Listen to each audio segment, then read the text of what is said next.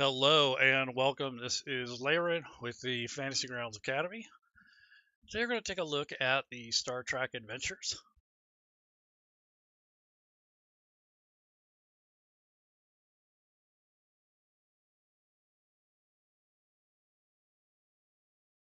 So I've been checking this rule set out for a little bit, and I don't think I've done a really proper look through myself.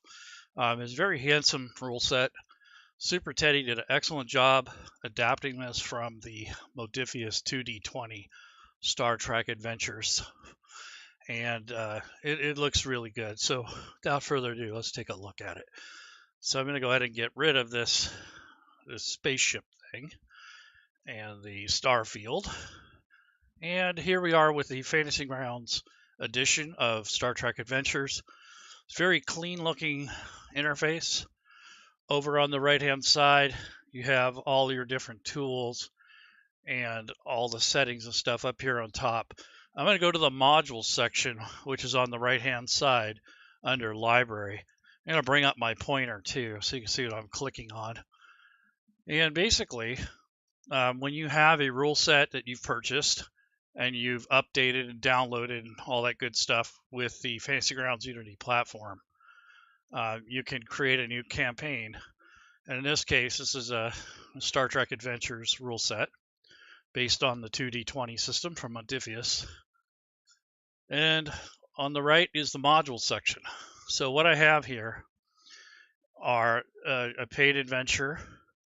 There is a small intro adventure that was adapted from the original core rule set. Here's the core rule book. This is the new Star Trek Adventures Alpha Quadrant and a standalone Unforeseen Consequences adventure. So all these are priced pretty well. The Star Trek Adventures and all this stuff is on sale for this week. So this is May 2nd, 2023. So if you're in the future, these may not be on sale. But for this week, I think up till next Sunday or Monday, they will be on sale at 20% off. So that's pretty good. This is why I went ahead and picked them up because I figured, I got all this stuff not having anything for like $70. So that's not bad. So I got the main rule book, a source book, and then a couple adventures. And I haven't even looked to see if there's anything on the Forge yet for Star Trek or something that go with it. So nonetheless, once you have the books and they're loaded in your library, if you go to the activation area and then you use this rule set filter, it will only filter to the rule set. So if you own a bunch of content and you don't want to see everything in your library, you want to use that rule set filter and it'll just show the stuff for that rule set. So that's kind of a handy tip. And the other thing is the load filter. So whenever you have content loaded, you can click the load filter and it'll only show the stuff that you have loaded in your particular campaign. Well, let's take a look at some of the content itself. So if we look at the main core rulebook and you navigate down here on the right hand side, you will find a spot or a link here called reference manual. So the reference manual is essentially the book itself. So if you purchase the PDF or the hardback, this is the virtual tabletop equivalent of that particular content. So when you click on these links over here on the left, you start looking at the cover, and down below you have this next page, so you can actually go through all the different pages like you would in a regular book. And you can stretch this out as well, so it'll be a little larger so you can read it. And then when you come through here, you'll notice that the graphics have been embedded in here. It looks like Joe checked this, and Dominic or SuperTeddy adapted it. And if you hit the right arrow, you'll keep going through the pages and navigate through as if you would a book. So another nice thing about this is that you will also have the ability to search. So if you wanted to look for Klingon, I can do that and hit enter, and it'll bring up any reference of Klingons in this area. So over here on the left, there's a section called Klingon Empire. When you click on it, you can go to this page and reference it. Another nice feature is when you actually click on a link, it'll pop that page out for you.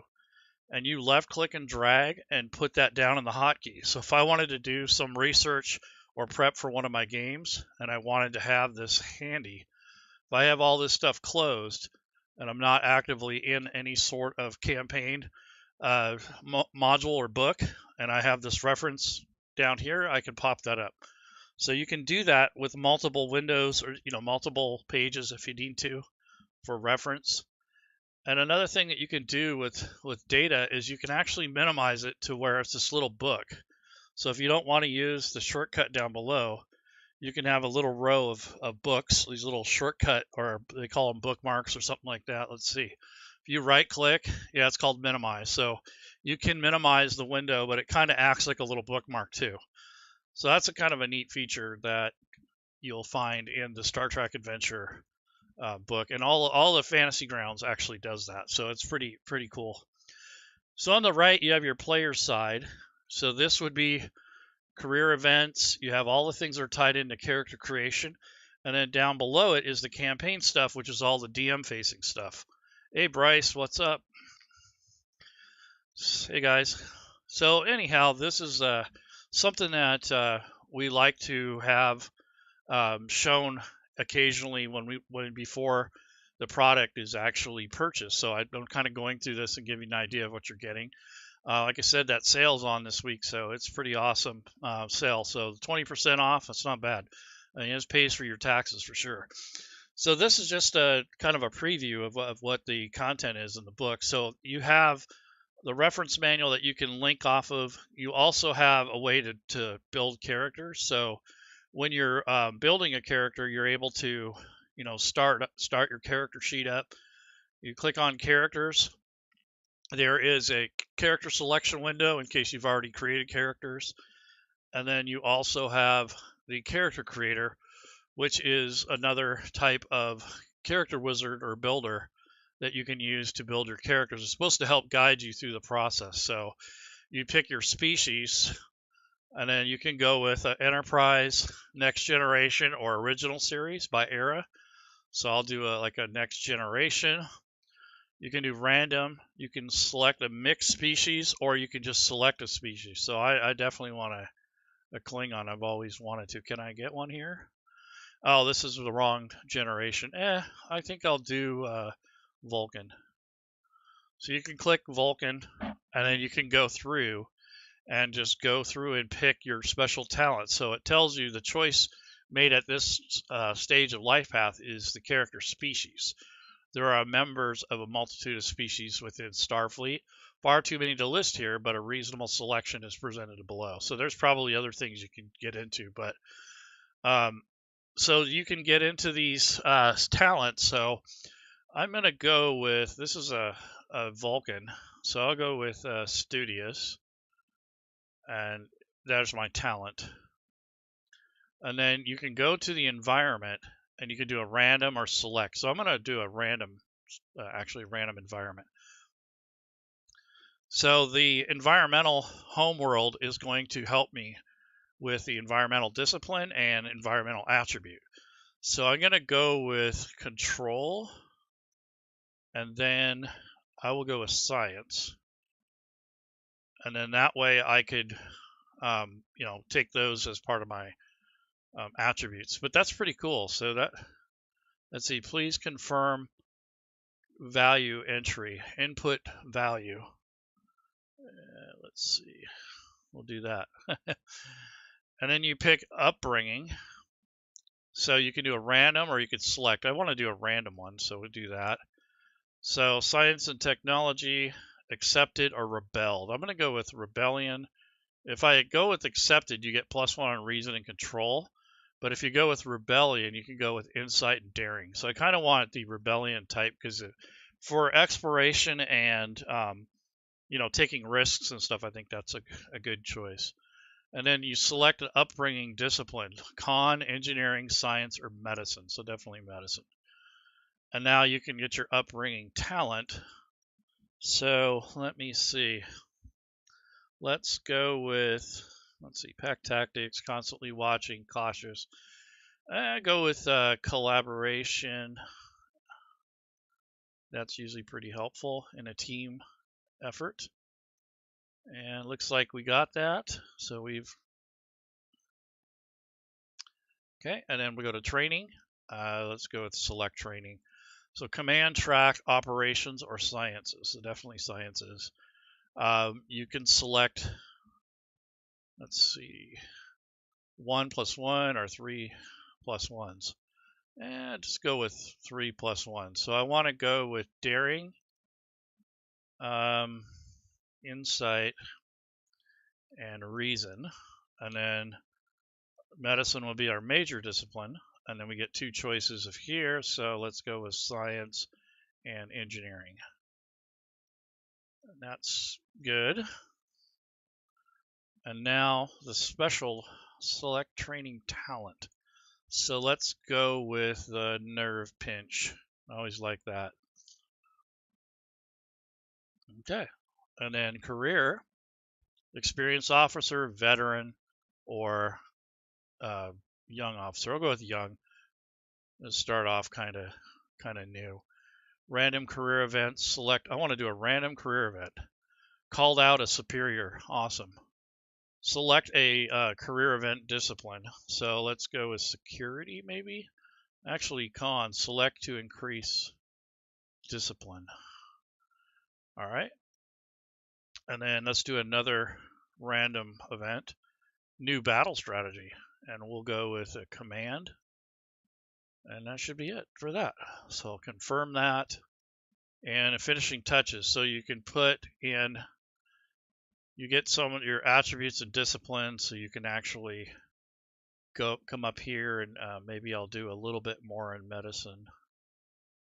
And I get 1 more point to spend. So let's go with science. And that's it.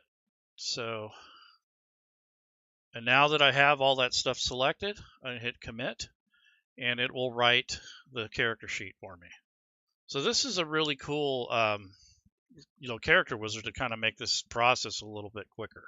And I can click on the portrait and then look for, see if there's a Star Trek folder.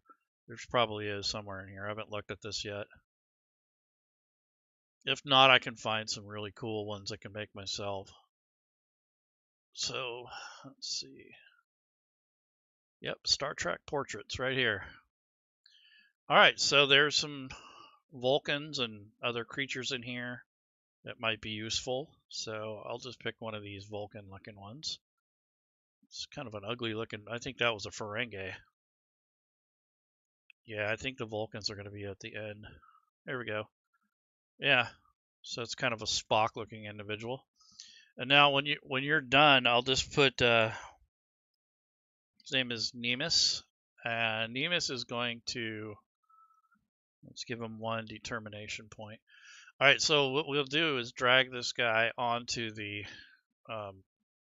combat tracker. And so as the game master, it'll have to do this for you. But essentially, this is a really cool, quick way to get started.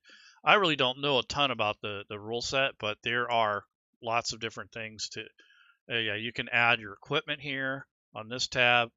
You have a note section for your role playing and such.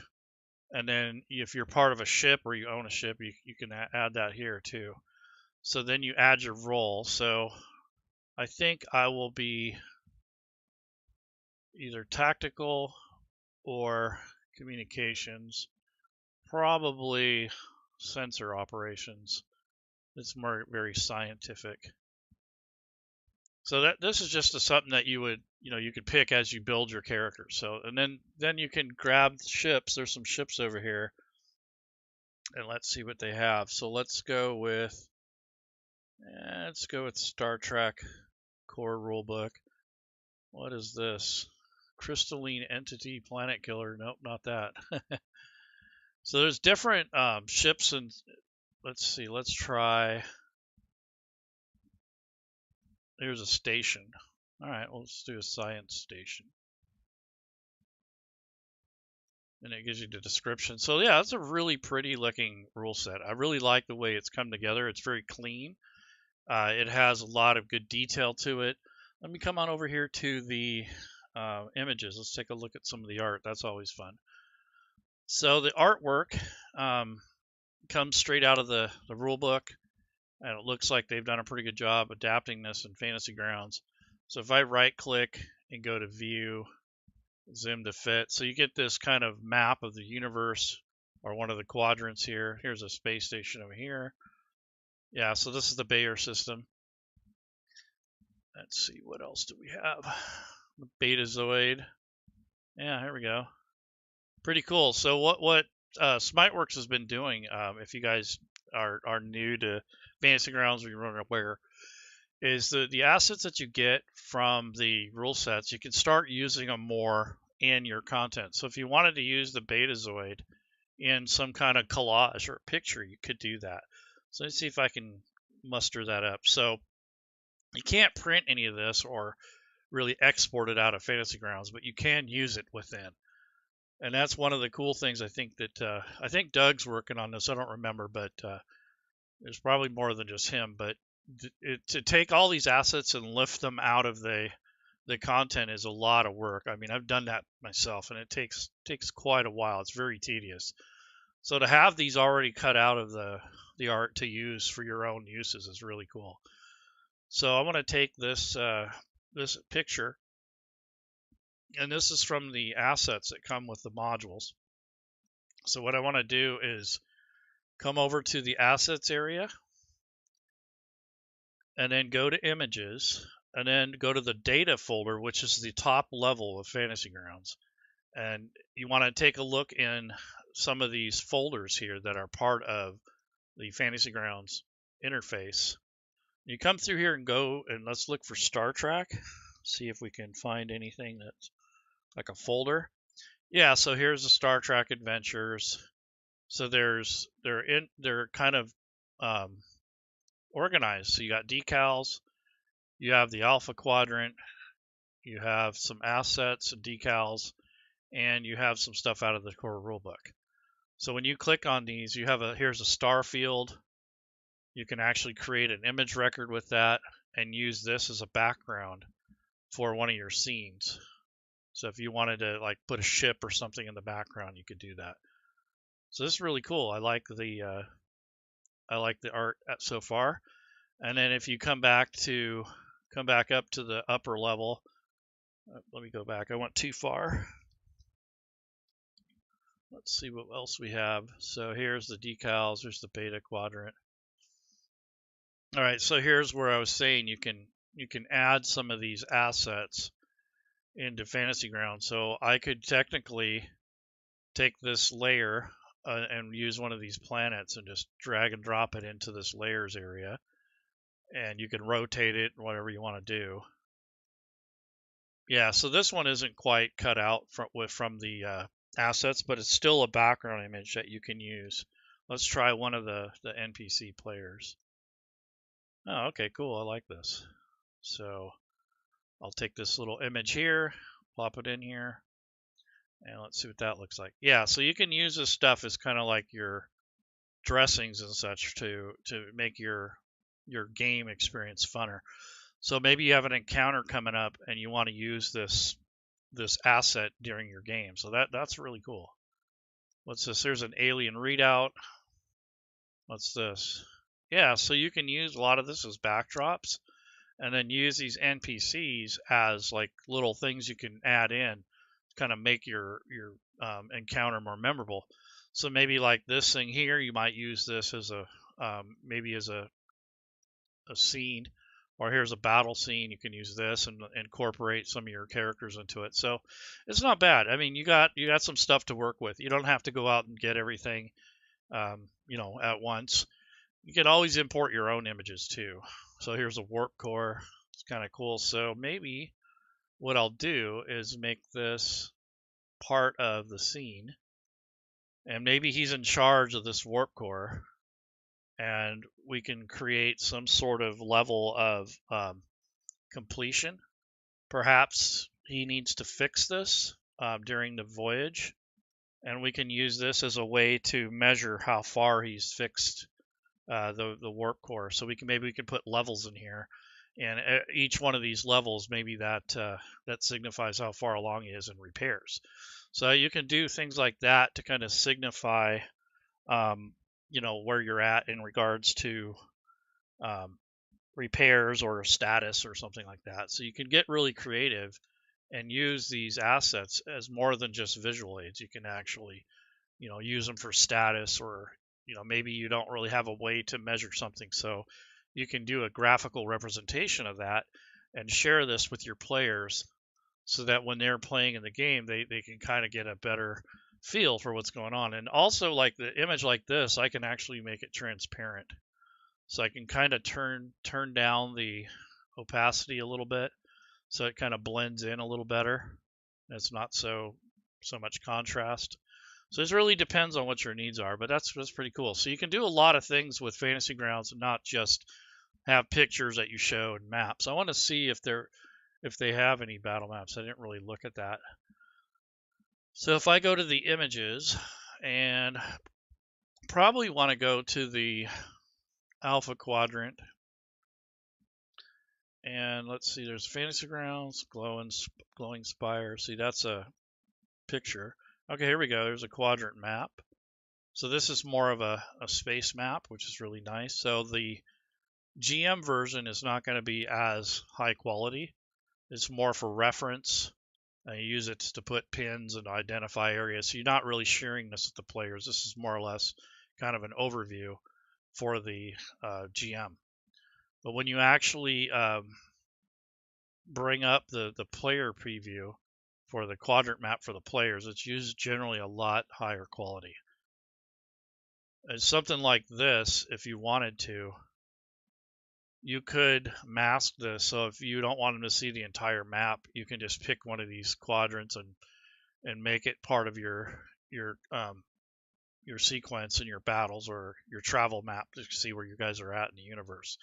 So if you unlock this and you go to the quadrant maps, there's really no real line of sight or anything needed. But if you wanted to hide some of this, you can go to the mask mode and you can enable the mask, which will dim it and make it so the players can't see. And then you just left click and drag what sections you want to reveal as they travel through. It's a manual process, but it's doable, and you don't need line of sight. So it's just a mask or unmasking type thing. And maybe this is the range of their sensors or something, so you could do something like that if you wanted to. I don't think this really has a grid per se, but if I turn this on, it doesn't really require a grid. But if you wanted to try to put some sort of grid on it so you can keep track of distance, you could set that up. So then you go to layers and turn the grid off, and then I'll just left click and drag, and so we'll add grid, set grid, and you can left click and drag and get the grid to be close. Let's see if that's close enough. So that's pretty close. It's not perfect, but it's in the pocket there, and then you can use this navigation arrow to kind of get closer. But it's really not really necessary because of the type of map it is. It's not really a battle map per se, more of a navigational thing. But it's kind of nice to be able to add in, if you needed to. And to be honest with you, the more stuff, the more complexity you add, the longer it takes to deal with this stuff. So you got to be careful what you choose to do. But anyhow, this is just a way that you can use some of these assets in your games. Let me see if there's actually any like ground maps. So let's see.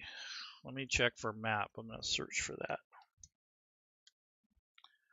Yeah, so these are just quadrant maps. Let me check with, I'm going to go to everything. So yeah, so here's an office. So this is kind of your traditional D&D type top-down virtual tabletop thing. Let me see if they try to put any line of sight on it. Yeah, it's got a little bit. So you could essentially take your token and move it around on here. It'd be nice if you had auto doors, but there's your doors here. So if you take this character and put it on the map here, and let's go to this. Yeah, so here's Nemus. Yeah, so you can move them around, and then you can open these doors up if you're a player. If the doors are accessible, you can click on them and move around. So this is something that you likely want to explore with your players if you even need this type of map. Because the way that some of the 2D20 systems work, they don't quite work the same way as you would with a traditional.